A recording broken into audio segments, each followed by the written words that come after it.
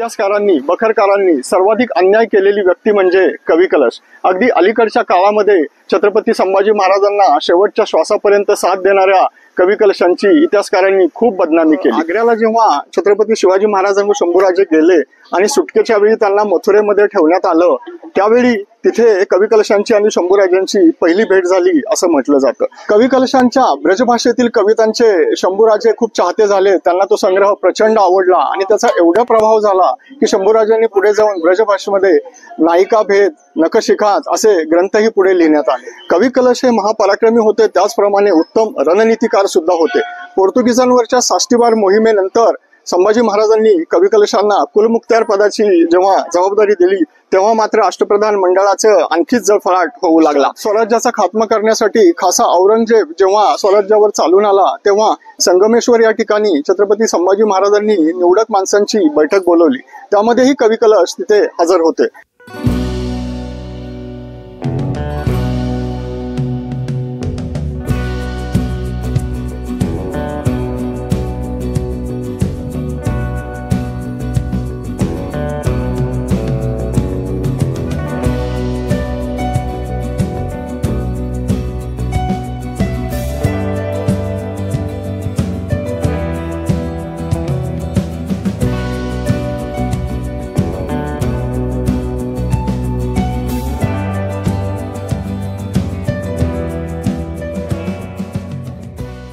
जय शिवराय मंडळी, डॉक्टर प्रसाद ट्रॅव्हलिंग या YouTube channel मध्ये तुम्हा सर्वांचं पुन्हा एकदा स्वागत। मंडळी, इतिहासकारांनी बखरकारांनी सर्वाधिक अन्याय केलेली व्यक्ती म्हणजे कवी कलश। अगदी अलीकडच्या काळामध्ये छत्रपती संभाजी महाराजांना शेवटच्या श्वासापर्यंत साथ देणाऱ्या कवी कलशांची इतिहासकारांनी खूप बदनामी केली।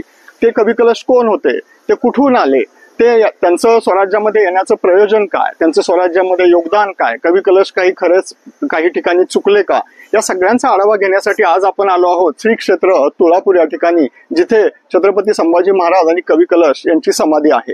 कवी कलशांच्या जीवनाचा आढावा घेत असतानाच या आपल्या चॅनलवरती छत्रपती संभाजी महाराजांचा तुळापूरचा पूर्ण इतिहास आहे। तसंच छत्रपती संभाजी महाराजांना पहिल्यांदा ज्या धर्मवीर गडावर आणण्यात आलं, तिथलाही इतिहास आपल्या युट्यूब चॅनलवरती उपलब्ध आहे। त्याचप्रमाणे छत्रपती संभाजी महाराजांची हत्या करण्याची जिथून आज्ञा निघाली ते शिवशंभू तीर्थाचाही व्हिडिओ तुम्ही आपल्या चॅनलवर नक्की पहा। हा व्हिडिओ जर तुम्हाला आवडला नक्की लाईक करा, चॅनलला सबस्क्राईब करा आणि आपल्या मित्रांनाही शेअर करा। चला तर पाहूया श्री क्षेत्र तुळापूर।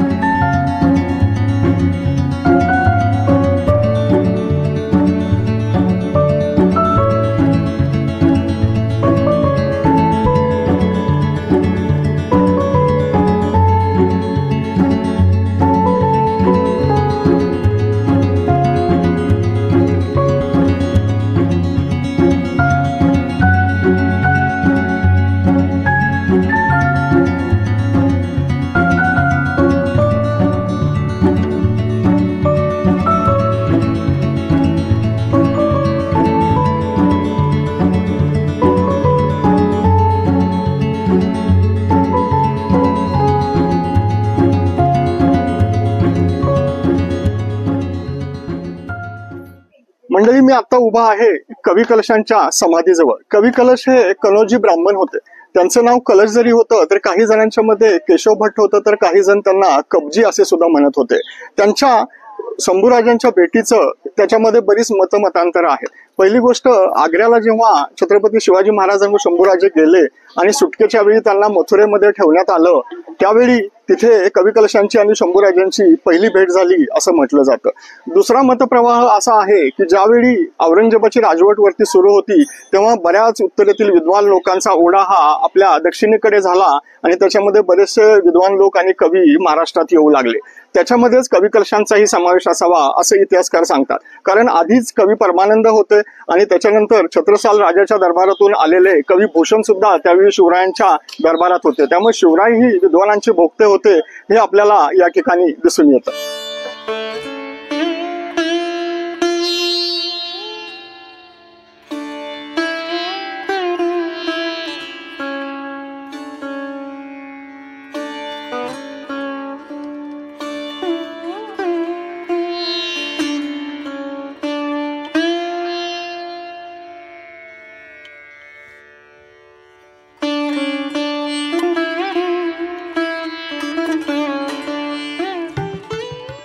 तर कवी कलश महाराष्ट्रात आले, त्यांची शंभूराजांची भेट झाली.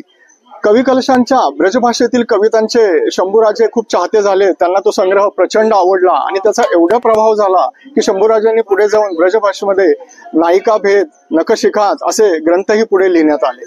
शंभूराजांनी जेव्हा राजकारणामध्ये शिवाजी महाराजांच्या पश्चात त्यांनी सत्ता स्वीकार केली, तेव्हा अष्टप्रधान मंडळातील बऱ्याच जणांचा त्यांच्या सत्तेला विरोध होता. तेव्हा कवी कलशांची त्यांनी मदत घेतली. कवी कलशांनी पुढे जाऊन महाराजांच्या बऱ्याच मोहिमांमध्ये त्यांची साथ दिली. परंतु अष्टप्रधान मंडळ हे कवी कलशांचे प्रत्येक वेळी सल्ले घेत असल्यामुळे अष्टप्रधान मंडळाचा जळफळाट होऊ लागला आणि त्यांनी कवी कलशांची बदनामी सुरू केली. ते संभाजी महाराजांना अगदी गूढ विद्या शिकवतात, अगदी मदिरेची सुद्धा त्यांनी सवय लावलेली आहे, असे घाणेरडे आरोप त्यांच्यावरती त्या काळी करण्यात आले.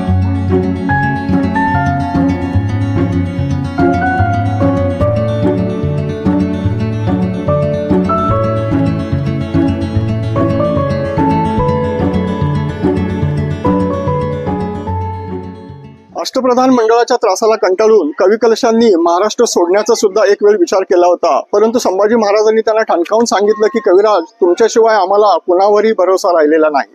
कवी कलश हे महापराक्रमी होते, त्याचप्रमाणे उत्तम रणनीतिकार सुद्धा होते. पोर्तुगीजांवरच्या साष्टीवार मोहिमेनंतर संभाजी महाराजांनी कवी कलशांना कुलमुखत्यार पदाची जेव्हा जबाबदारी दिली, तेव्हा मात्र अष्टप्रधान मंडळाचं आणखीच जळफळाट होऊ लागला.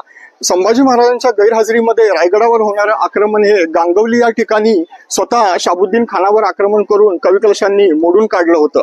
तसंच गणोजी शिर्केंच्या फितुरीनंतर पन्हाळा किल्ला मोगलांना देण्याच्या बेत सुद्धा त्यांनी हाणून पाडला होता.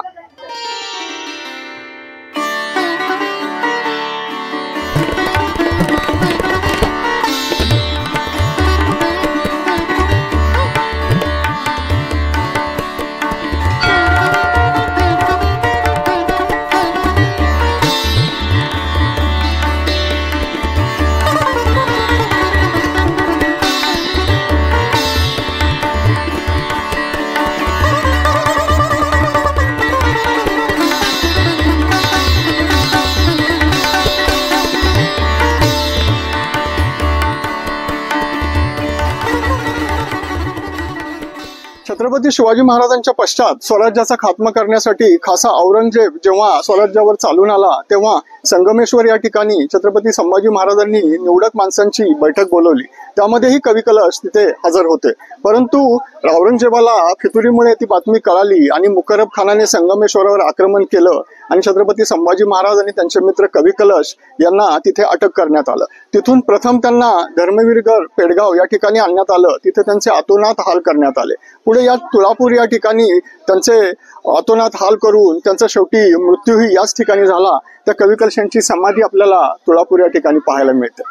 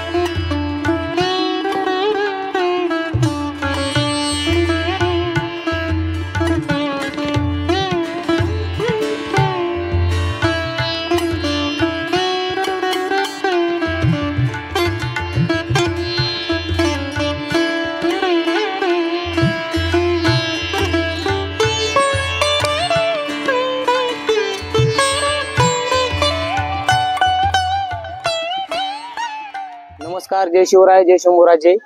मी रायगडावरती गेलो होतो. येताना मला हे दादा भेटले आणि दादा हे कवी कलशांची माहिती सांगत होते. आणि माहिती सांगताना मला दादांचं बोलणं आणि दादांची जी बोली भाषा आहे ती खूप आवडली. आणि दादांना मला एक असा प्रश्न विचारायचा आहे की छत्रपती संभाजी महाराज ज्या वेळेस कैद झाले होते, ती कैद होण्याची जागा कोणती आहे दादा? मला तुम्ही थोडक्यात माहिती सांगू शकाल? तर ह्या दादांची माझी इथे भेट झाली आणि मी इथे कवी कलशांची माहिती देत असताना त्यांना या ठिकाणाबद्दल बरेचसे प्रश्न पडले. तर मी त्यांना ते सांगत होतो की छत्रपती संभाजी महाराज आणि कवी कलश हे संगमेश्वर या ठिकाणी असताना तिथे घात झाला, स्वकीयांनीच घात केला आणि त्यांना तिथे कैद करण्यात आलं. तिथे कैद केल्यानंतर पहिल्यांदा त्यांना आणण्यात आलं धर्मवीर गड पेडगाव या ठिकाणी. तिथेही त्यांचे अतोनात हाल करण्यात आले, अक्षरशः त्यांचे डोळे काढण्यात आले. त्या ठिकाणावरून औरंगजेबाने तुळापूर हे ठिकाण निवडलं, कारण इथे डोंगरी भाग थोडासा कमी आहे, त्याच्यामुळे गनिमी काव्याचा धोका नव्हता. त्रिवेणी संगम इथे आहे, पाण्याचंही त्याच्या सैन्याला मुबलक मिळालं असतं, म्हणून त्यानं इथे तुळापूरला तळ ठोकला. तुळापूरच्या शेजारी मरकळ या ठिकाणी एक शिवशंभू तीर्थ आहे, ज्या ठिकाणी मौलवीच्या मुखातून संभाजी महाराजांची हत्या करावी असा आदेश त्या ठिकाणावरून निघाला.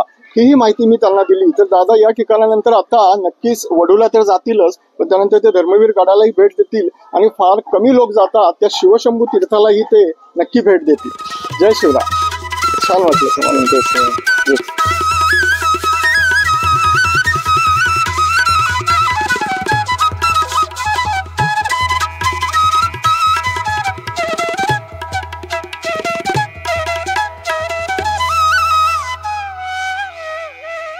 स्वराज्य धर्माचं रक्षण करणारे संभाजी महाराज व त्यांच्या सोबतीला कवी कलश यांचा शिरच्छेद करण्यात आला.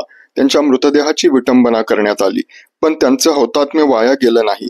त्यांच्याच रक्ताची शपथ घेऊन अनेक मावळे पेटून उठले व शिवरायांच्या स्वराज्याची कीर्ती दिगंतात पोहोचवली. जय शिवराय, जय शंभूराजे.